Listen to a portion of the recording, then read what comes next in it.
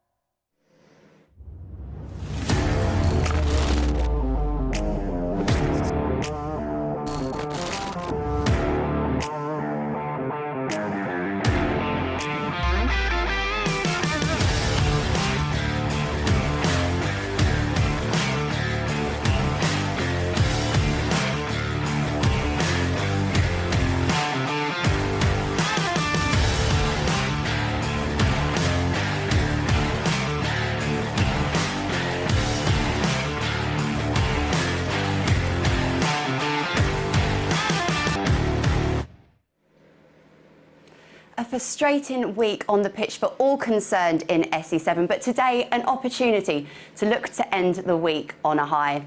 This afternoon, the Addicts travel to Cheltenham Town backed by a sellout away end, and here's hoping that come 5 o'clock this afternoon, the travelling fans will all be going home with big smiles on their faces.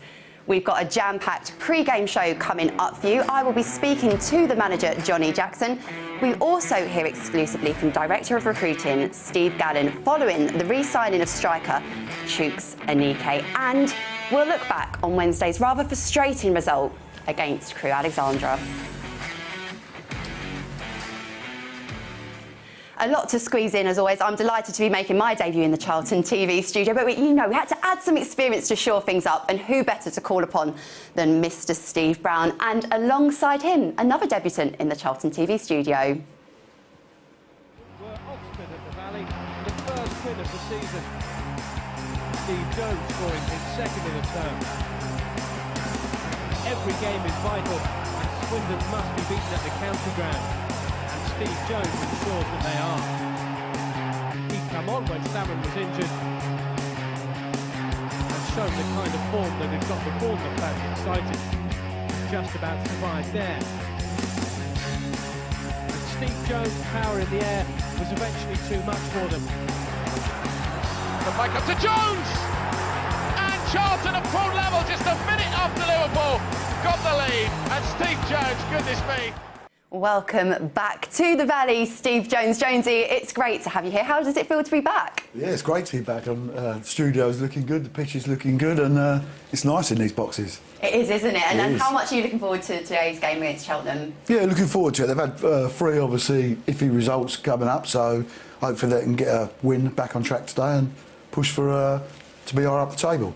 And Brownie, when you go into a bit of a slump of form, we've seen changes in the team, changes in the Charlton TV studio. Obviously, Curbs and Scott aren't with us today, but I should add they will be back on Saturday. Are you feeling a bit nervous about your slot in the starting lineup? I don't really get that nervous. I had a good run. I had a year without losing in the studio, and I've gone back-to-back defeats, so I'm a little bit disappointed. But yeah, look, as Steve said, I think there's a little blip, 3 straight losses. But if you put it in perspective, if you look at Johnny's time in charge, I think that's 12 games, 20 points. Still not a bad return. I think if you disperse those losses on the trot in between all the wins, it wouldn't look so bad. But it certainly need to get back to winning ways today. Absolutely. And how important is it to kind of atone for the performance with Crewe as well? Because it took us all a little bit by surprise, especially after that promising display at Norwich. Yeah, I think in terms of chances created, actually, if you look back over the footage, we did have opportunities to score. We just didn't take them. I was more disappointed in how we defended, because actually one thing we have done under Johnny is look quite solid defensively. We've worked hard. With the structure behind the ball has been very, very good. And actually, I thought we looked a bit shaky the other night. So I think if we can get back to being a little bit more solid behind the ball, a little bit harder to break down, I can see us going on to win this. And you mentioned it on Wednesday when Cheltenham came here, they took away all 3 points, and the first half display in particular wasn't great from a Charlton point of view. We kind of owe them one today. Do you think that's something that will be lingering on the players' mind ahead of kick-off? No, I think it was too far back for that to be a case, but they did give us a little bit of a lesson on the day. I thought the 2-1 scoreline sort of flattered us a little bit. We came back into it second half, but we got outplayed, which was surprising. You know, just coming up from League 2 into League 1, we thought we had a very strong squad, and they actually played us off the park. I don't think that'll have any bearing today. A lot of water's gone under the bridge since then. But I think they're a team struggling as well. I think they've had 4 draws, 3 losses in the last 7, so they haven't had a win in the last 7 in the league. We've lost 3 on the trot. So, you know, it's one of those ones where hopefully it's not a draw and one of them gets back to winning ways, essentially us. Yeah, absolutely. And as we count down to kick-off, really excited to see how today's game unfolds against Cheltenham Town. Less than 45 minutes to go until kick-off, so let's dive in straight away, shall we? Earlier this afternoon, I caught up with manager Johnny Jackson on Zoom to get his thoughts ahead of kick-off. Johnny, thanks for joining me. Firstly, I know that there was no one more disappointed than you with the midweek loss. You've had a few days to reflect on it. What areas do you want to see improved upon this afternoon?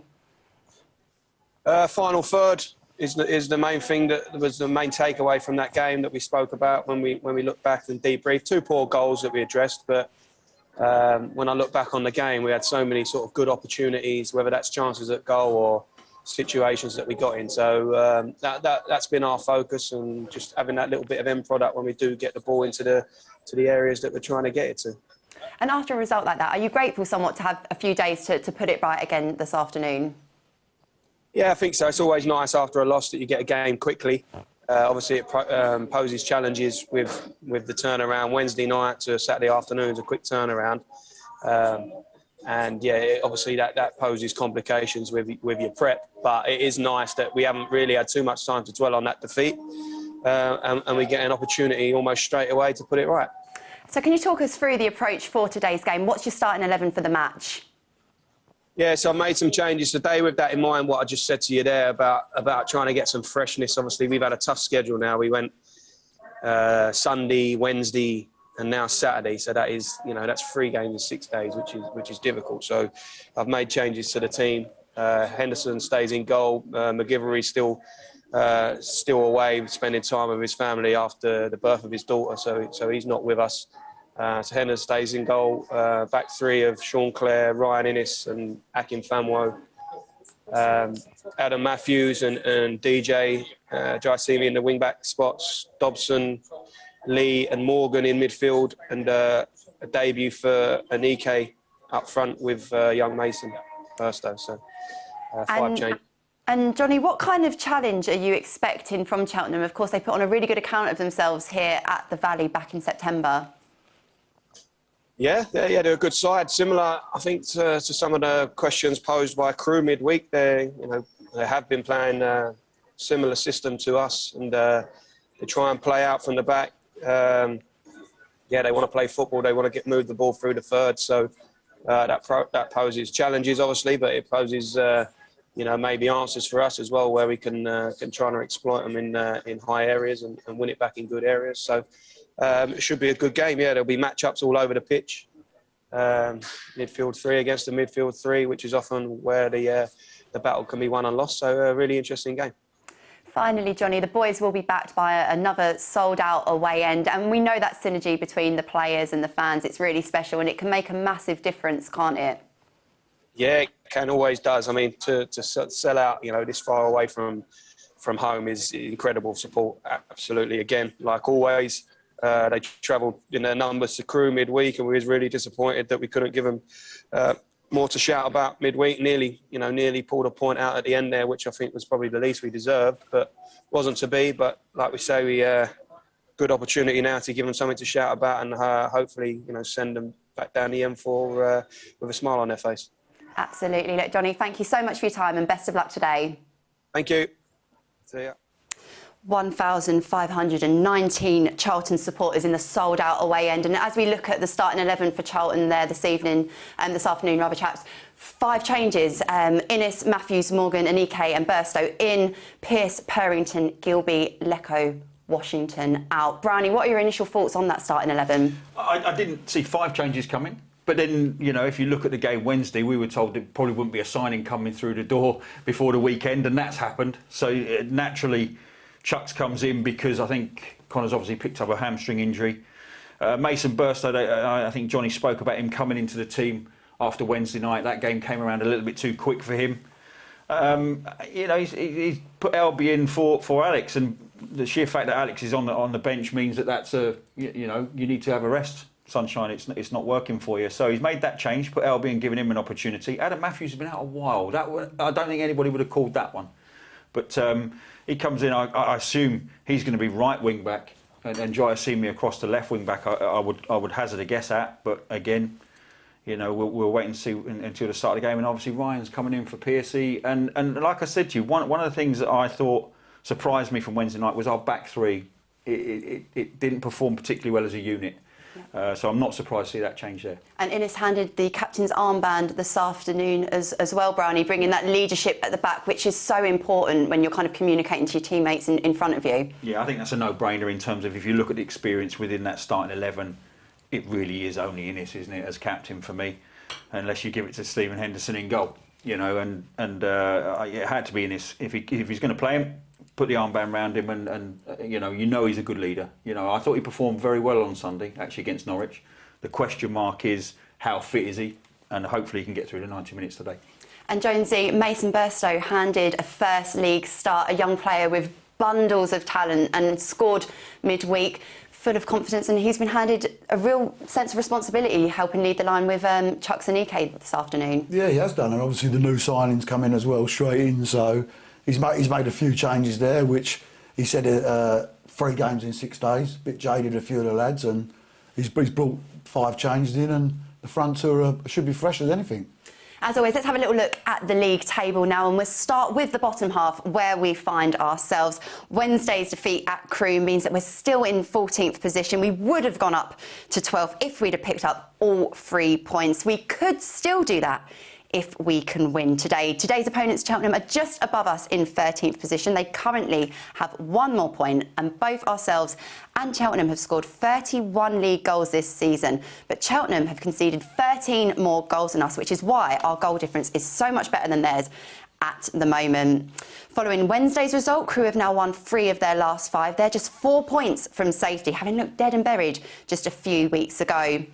Moving on to the top half of the table now, and it hasn't changed since Wednesday night. Rotherham and Sunderland both lead the way on 50 points, but the Millers hold the cards at the moment, having 2 games in hand. MK Dons, Oxford United and Plymouth Argyle are the teams for us to focus on. They're all on 43 points and occupy the final 2 playoff spots, as well as 7th place. And Brownie, Jonesy, as these games begin to tick by now, it's really, really important for Charlton to start picking up some points as well and gaining as much ground as possible as soon as we can. Yeah, I think we spoke about this on Wednesday, about how important, you know, picking up the points against Crewe were so we could start climbing the table again. And it didn't happen. But there comes a point when it will be a bridge too far. I mean, you're talking about going on promotion winning form from now to the end of the season, really. If you're looking at the points tally we've got, you need 41 to get to 70, and 70 doesn't guarantee you playoffs. And so, therefore, you're talking about, you know, sort of Wigan form, you know, and with their 3 games in hand, they can go comfortably clear at the top. And I just can't see us hitting that kind of form from now till the end of the season. So, at some point, the owner will have a decision to make, and the manager will have a decision to make on when this becomes a rebuilding process for them. A lot of those players, you know, are out. There's quite a few players out of contract, and they're going to be playing for, you know, the shirt and a contract for next season. So there's a lot of decisions to be made from now to the end of the season, a lot of rebuilding to be done. I think you said earlier we're going to hear from Steve. Interested to see what Steve's got to say about that. And all you can do in the meantime is put as many points on the board as you can. What we don't want to do is go 4 straight losses, two away games on the bounce that we thought we were going to get something from, because it just affects confidence, it affects belief, it affects morale, it affects the atmosphere at the next home game. So I think obviously everybody would like to see us get 3 points on the board, because that just changes everything. You walk back in the train round Monday, there's a better atmosphere. Yeah, and Jonesy, after 25 games of last season, Blackpool were in 14th position where we are now, and were 8 points off of it. They, of course, went on to win promotion. So it's not unachievable, but momentum really is just such a significant thing in football. Definitely, and it's not unachievable, like you just said, but like Brownie said, you've got to put in a championship winning end to the season to even get into the playoffs, and that's going to be tough doing, but it's still possible, and there's still hope. Yeah, it was a 14-point swing, I believe, Brownie, for Blackpool last year. So yeah, it didn't have a lot of games in hand, though. I mean, the one thing about Blackpool was, I think they came here and put on a fantastic performance, and everybody went, they're a good side. But they seem to fall behind in terms of games for, which, to be honest, isn't ideal. You've still got to win those games. But they made a change of manager. They had a different philosophy in terms of the approach that manager brought to the football club, and it worked well from last year. And they've done very, very well this year in the Championship with a very limited budget. Yeah, absolutely. Well, there is a full programme in League One this afternoon, and a few of the sides above us go head-to-head against each other. Accrington Stanley host Sunderland, Portsmouth take on MK Dons, Sheffield Wednesday face Plymouth Argyle at Hillsborough, and Wycombe Wanderers take on local rivals Oxford United. And Jonesy, points are guaranteed to be dropped around us today. Does that make it even more important that we get a good result at Cheltenham? It certainly does. They need to pick up points, especially after the 3 defeats and the defeat midweek. So he'll be looking to go there today and definitely bring 3 points and push us closer up to that top 6 area and put a few of them under pressure. If you put them under pressure, you never know, what could happen.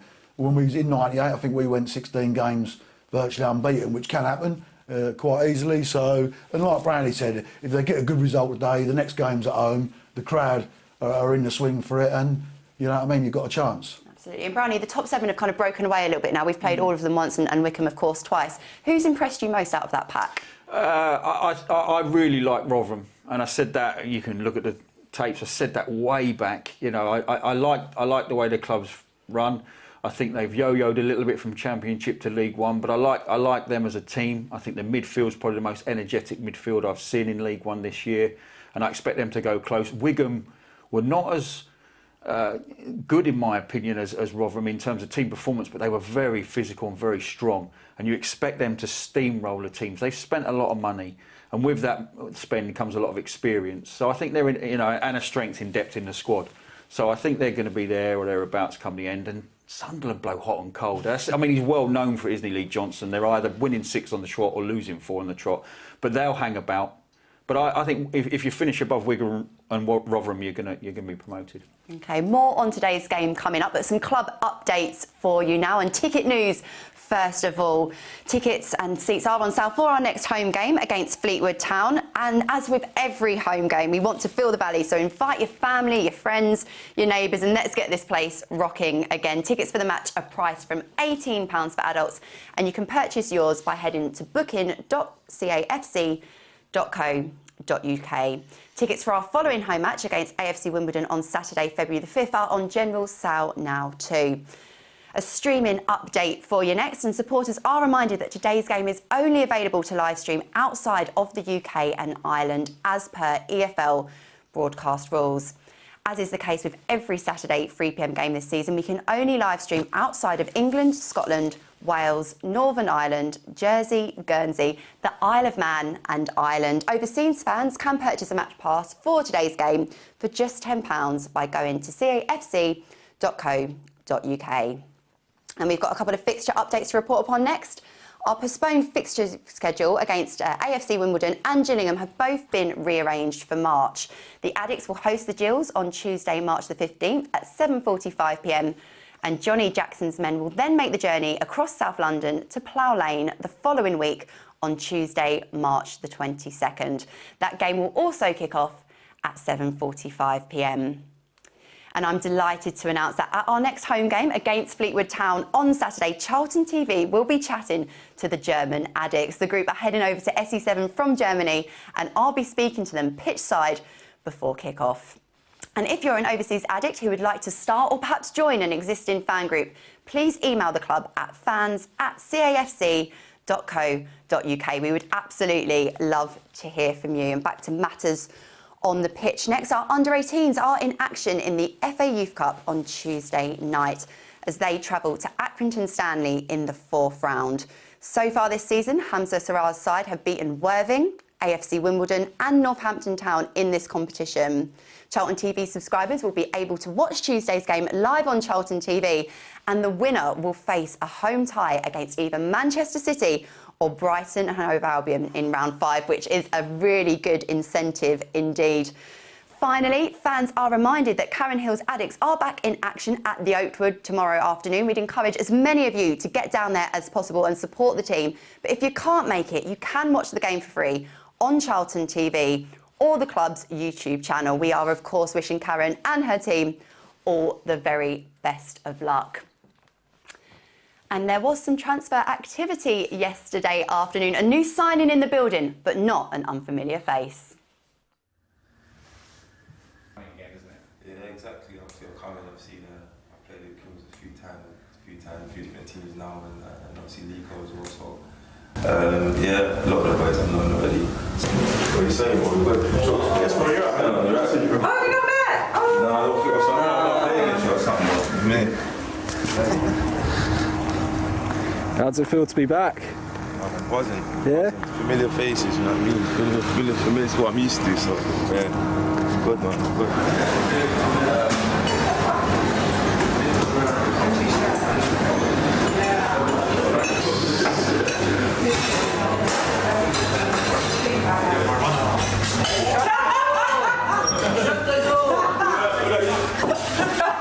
Oh my God! No way! My brother, good man.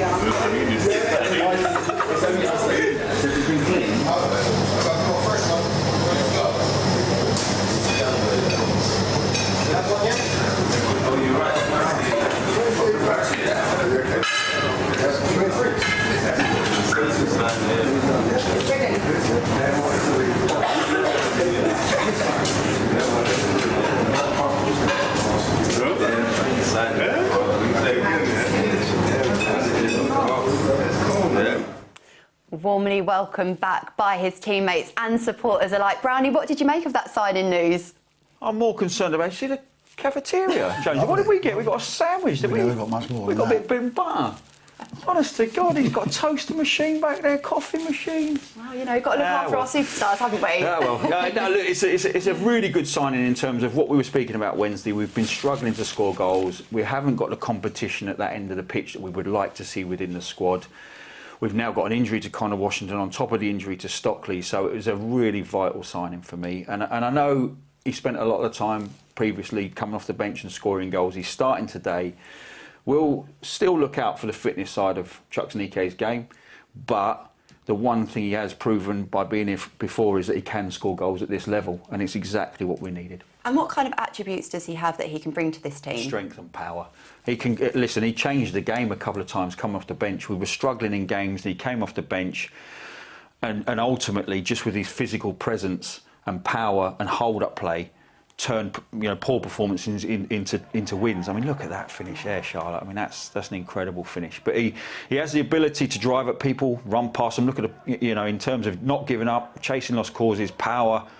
Decent finish on the left-hand side with an oncoming keeper. So he brings a physical presence that we know Stockley's a physical presence aerially. But I think Chuks, in terms of the ball at his feet, holding players off, is a lot stronger than Stockley is. And Jonesy, you got 15 goals last season, and as Brownie mentioned there, all kinds of goals as well. As a striker, how important is it to be able to score in a variety of different positions and a variety of different means? Yeah, definitely. I mean, you just see on them 3 clips there was a one-on-one that he's finished neatly with his left. He's scored an overhead kick as well as a far post header. So he's got a variety of goals in him, and he looks a big lump. So. Didn't see the long shot like yours at City, though, did we? He needs a long shot in there, doesn't he? A little slice volley into the far corner. Yeah. Sliced? On purpose? Oh, of course. On purpose? Cut. I should have said cut, not slice. Cut.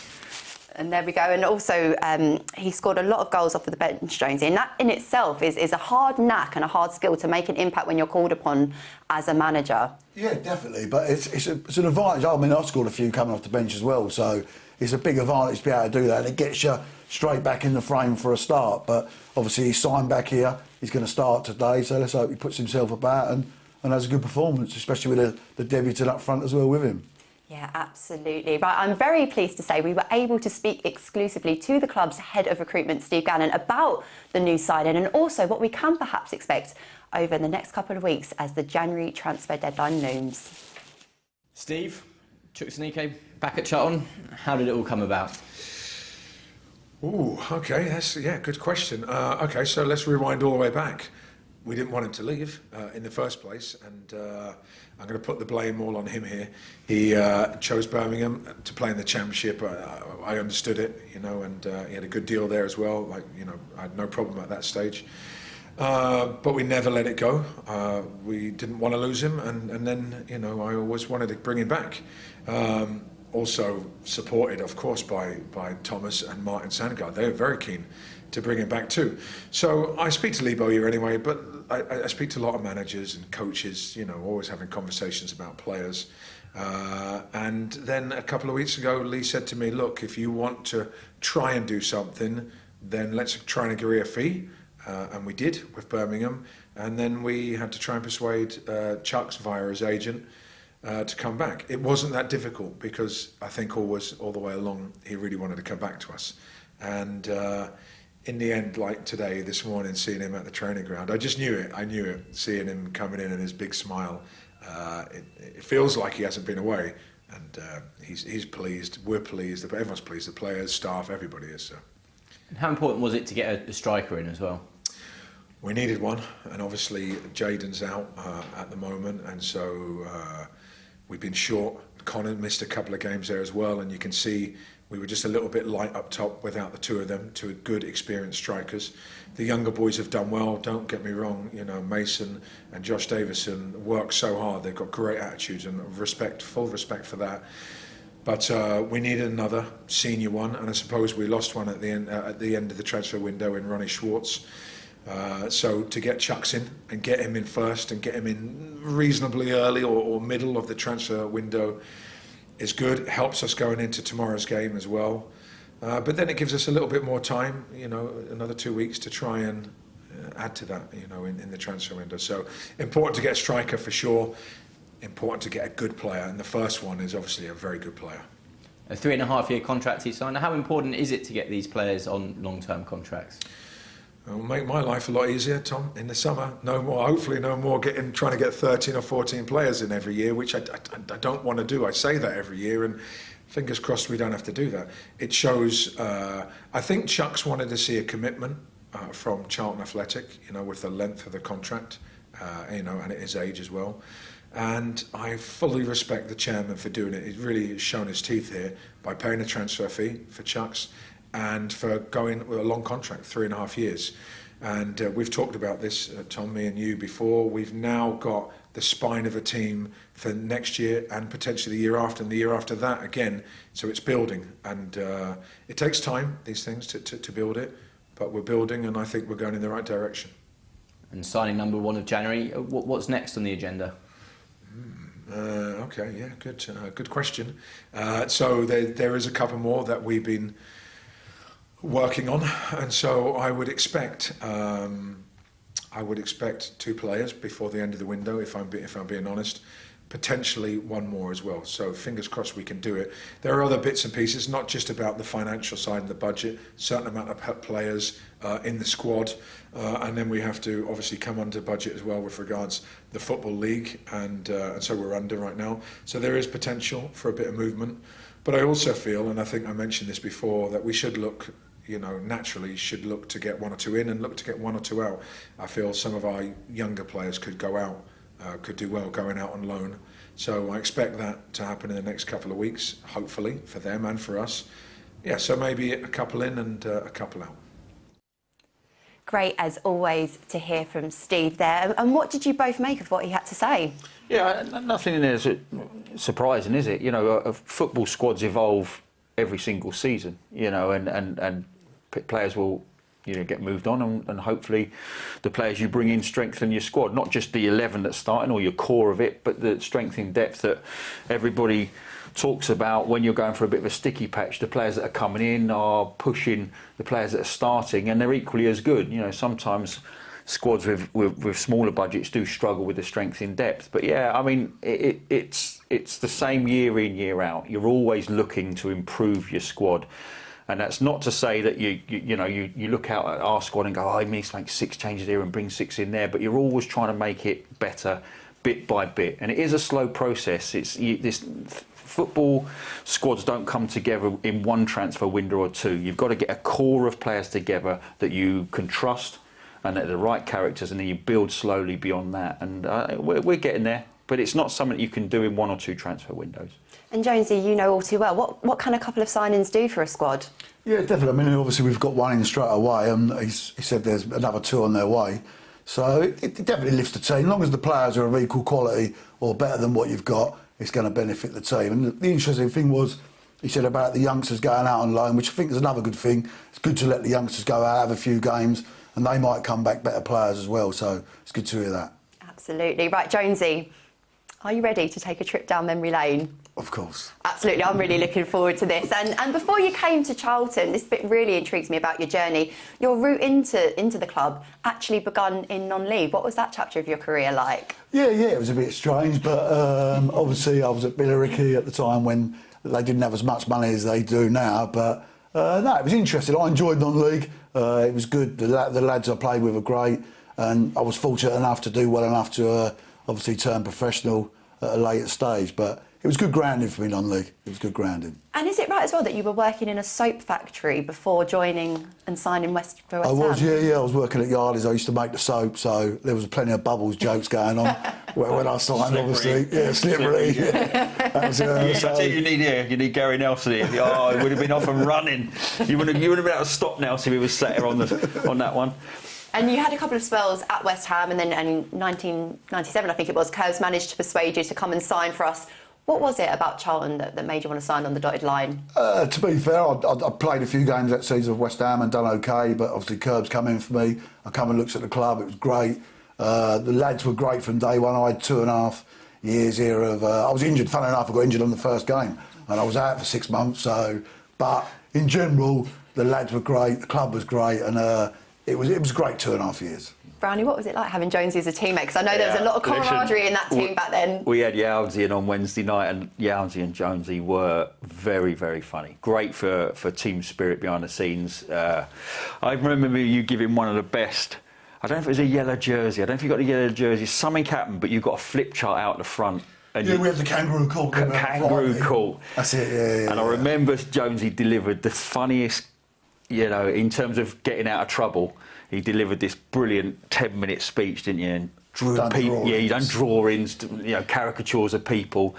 And actually, Keith Peacock normally was head of the Kangaroo Court, and he had 3 players on the jury, and he'd ask... You'd never get away with it, ever. So basically, you're going in. If you go into Kangaroo Court, you know your fine's getting doubled or it's trebled or whatever. Yeah. And actually, I think every player, bar none, went... Nah, you got to let him off. It was the best thing we'd ever seen in terms of delivery of getting out of Kangaroo Court, and they didn't. They still punished him, and that's kind of when Kangaroo Court lost its sort of effect, because he deserved to get away with it. It was brilliant. No trust in the system there after that. Well, look, let's take a look at a game from January 1998 at Man City, which I'm sure stands out for both of you for very different reasons. Jonesy, would you say this was your best goal in a Charlton shirt? Yeah, I'd probably say so. Yeah, I did enjoy the Swindon away goal, but I would say so. Yeah, I've hit it really well, and the keeper's not really moved, to be fair, and it's postage stamp, so it was all good. Brownie, you might want to avert your eyes here. It looks like this goal went straight through your arms. Is that fair to say? No, that is not fair to say. No, that's the only goal I conceded in all the games I went in. But this was a very good result, actually. Up there, it was a midweek game. Mickey, Sam and I went in at half-time and sat down, and Samsy got the physio to look at his knee. It turns out he'd done his cruise shirt. And Curbs turned around to me and he went, if I didn't need you to go and goal, I'd have subbed you. You're like... So I'm putting the gloves on, being told that I should have been subbed because I was so rubbish. And actually it's a shame you showed that clip. Someone obviously doesn't like me behind the scenes, because I made 2 or 3 very, very good saves in that one. And it's probably one of my best performances as a standing keeper at Man City. And I think the ball through, I came out and headed one clear. Where you see Anthony Barnes clip the ball forward, I think that's me coming out of the box, about 5 yards out of the box, and headed it to Barney. And it led to that wonderful strike from Jonesy. Really. Well, I don't think you can go back that far, unfortunately. But it was just, again, the team spirit at that time. We dug out a result we probably shouldn't have got there, purely on the spirit of the team. But yeah, it was a good night, actually. And you've spoken about the team spirit, and Jonesy, there was a competition for places as well. You were sent out on loan to Bournemouth, and Clive Mendonca was obviously getting lots of headlines and so on. And that competition for places as a striker must be quite tough. Yeah, it was quite tough. I mean, I started the season quite well. I started better than Clive. I started scoring on the opening day at Middlesbrough, and I started quite lively. But I scored a couple, but in the end I was back on the bench, and Curbs very cleverly said, do you want to go to 5 games at Bournemouth, which I did, scored 6 goals, come back, and that was the game after that game, the Man City game. So he obviously knew that going there I'd score some goals, get a bit of confidence, come back, we'd be itching to get in the side who were at the top of the table, which we was, and it was all good from then on, really. Yeah, I think you mentioned off camera how good Curbs was as a man manager, and in knowing exactly what a kind of player needed to boost their own confidence and to go out and get that gameplay. But let's fast forward now to the playoff final. We're 1-0 up at half-time, on course to keep our 10th clean sheet in a row. Sunderland then turn it around and it's 2-1, and everyone on the Charlton bench is seemingly rather gutted about that, apart from Steve Jones. And why is that? Well, I did kind of know that really if it stayed 1-0, I'd probably only get 2 minutes at the end of the game. So as Sunderland scored the first and then the second, I knew I'd get the nod from Curbs. Virtually, as soon as I think as Kevin Phillips was running away on Niall Quinn as they were celebrating, I got the nod to come on. So. And you made a big impact as well. You were involved in Clive Mendonca's second and third goals, but you didn't take a penalty. Why was that? No, I mean, I was involved in the second goal, and obviously Brownie's blockbuster tackle led to the cross. We don't like to talk about it, Jonesy. Led to the cross for Clive's hat-trick goal. But no, when Curbs came up to me and said, would you like to be in the first 5? I said no. And he said, OK, I'll put you in front of the goalkeeper and the 2 centre-halves. So I knew as Michael Gray went up, I was next to take, and I had a bit of jelly legs walking towards the penalty spot. So I'm glad he missed. OK, well, let's move on to the after party, because we've got a fantastic story on Wednesday when Eddie told us that someone put a £4,000 bar bill under Curbs' tab. Jonesy, what's your recollections, if you can recall any, I suppose, from that night of celebrating? To be honest with you, I can't recall much other than I remember on the Wembley pitch, after we'd won, we were celebrating on the pitch, and I mentioned to 3 or 4 lads that I'd got an 80 grand bonus in my contract written. And I hope it was Robbo, because he would have lost it. No, I think it was Phil Chapwell and a couple of others. Anyway, they got a consortium together to go and see Curbs on the next training day. And then I got a call off the blue, off the training ground. I think we was about to go on the open-top bus tour. And as I walked in the door, he just looked at me and went, Jonesy, what are you doing to me? But burst out laughing with Keith Peacock and Mervyn Day. So it was all quite funny, really. But. No, I love hearing those stories. And just finally, let's take a quick look back at one of your goals for us in the Premier League. I mean, where better to pick to score such a goal against Anfield? A really exciting 3-3 draw as well. Tell us about your celebration, first of all, because you came quite close to hurting yourself. Yeah, I got overexcited there a bit. The funny thing was, I did turn around and look in the crowd, because obviously it was at Liverpool end, and there was 2 Charlton fans going absolutely berserk while all the Liverpool fans were sitting down. So, but I definitely got a bit overexcited there. I was close. And Josie, when you look back on your time at Charlton as a whole, how can you summarise it? Oh, fantastic! I mean, the 2.5 years that I was here. The team spirit between the lads at training, I mean, it was laughter every day. You had to be professional. Curbs and Keith Peacock made sure you was that, but there were so many good characters in the side, like with Yardsy and Brighty, and there was so many, John Robinson and Brownie himself, and you could go on Kins, and it was fun going to work. And you can't say that too much. No, and what's really special as well when we see you all together as well, there's just this like energy and electric kind of chemistry amongst you all from a very special period in your careers as well. And Jonesy, it's been an absolute pleasure to go down memory lane with you, and also great to have your company for this afternoon and to see how today's game goes against Cheltenham Town. Back to the present day now, and it was a frustrating night away at Crewe Alexandra on Wednesday. Let's have a look back at that 90 minutes.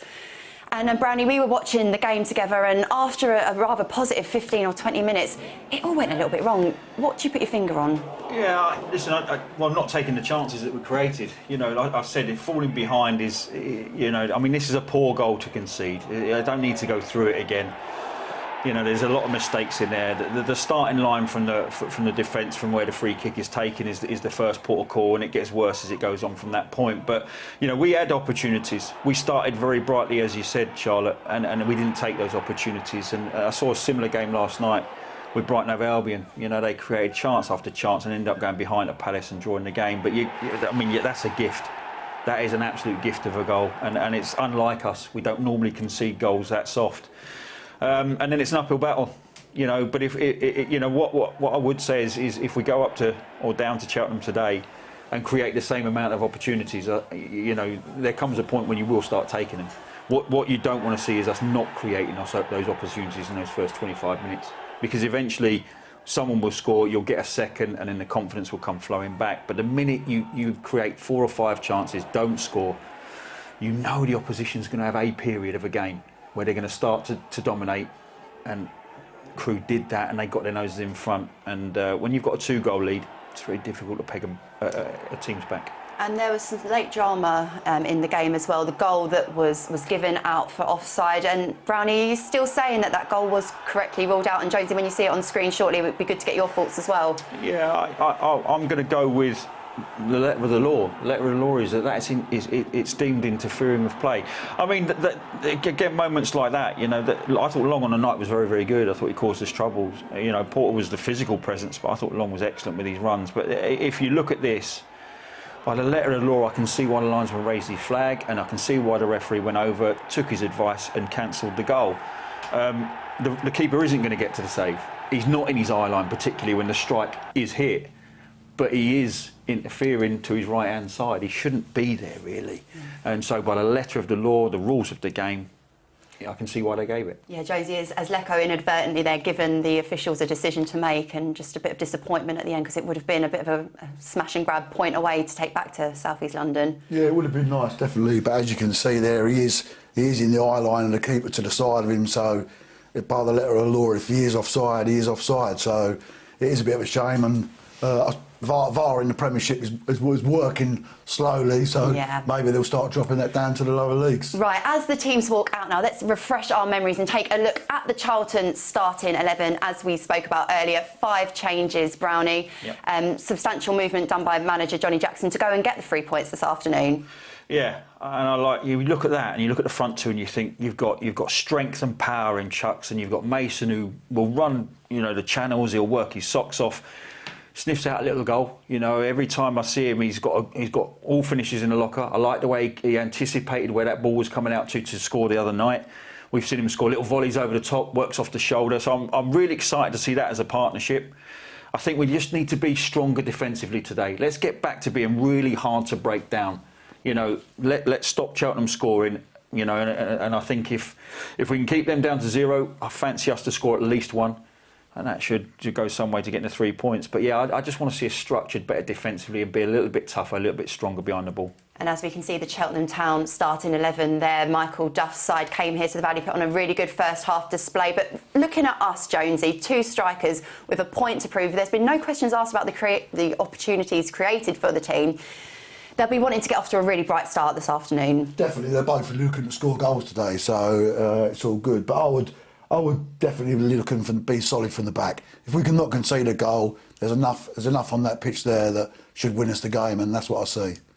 Absolutely. And Brownie, your final thoughts heading into this one, how do you see it unfolding? I think we're going to get reaction. I didn't anticipate 5 changes today. I've got to be honest, as I was driving here, but I do think there's going to be a reaction for this team. 3 straight losses, poor performance Wednesday night. I'd be very surprised if we don't get a reaction and a result. OK, it's time to get down to business and hand you over to this afternoon's commentators, Terry Smith and Greg Stubley. Thank you, Charlotte. Thank you, Steve. Thank you, Andy. Jonesy, I should say. Good to see Jonesy in the studio. Remember that, obviously remember the game at Wembley, but I was there at Main Road as well when Brownie went in goal and Jonesy got that brace. It was a good night there. But here we are at the Johnny Ruggs Stadium. If you're old enough, you'll know it as Wadden Road, or even older still, it's the Victory Sports Ground. As the players take the knee before kick-off. Alongside me, Greg Stubley. Greg,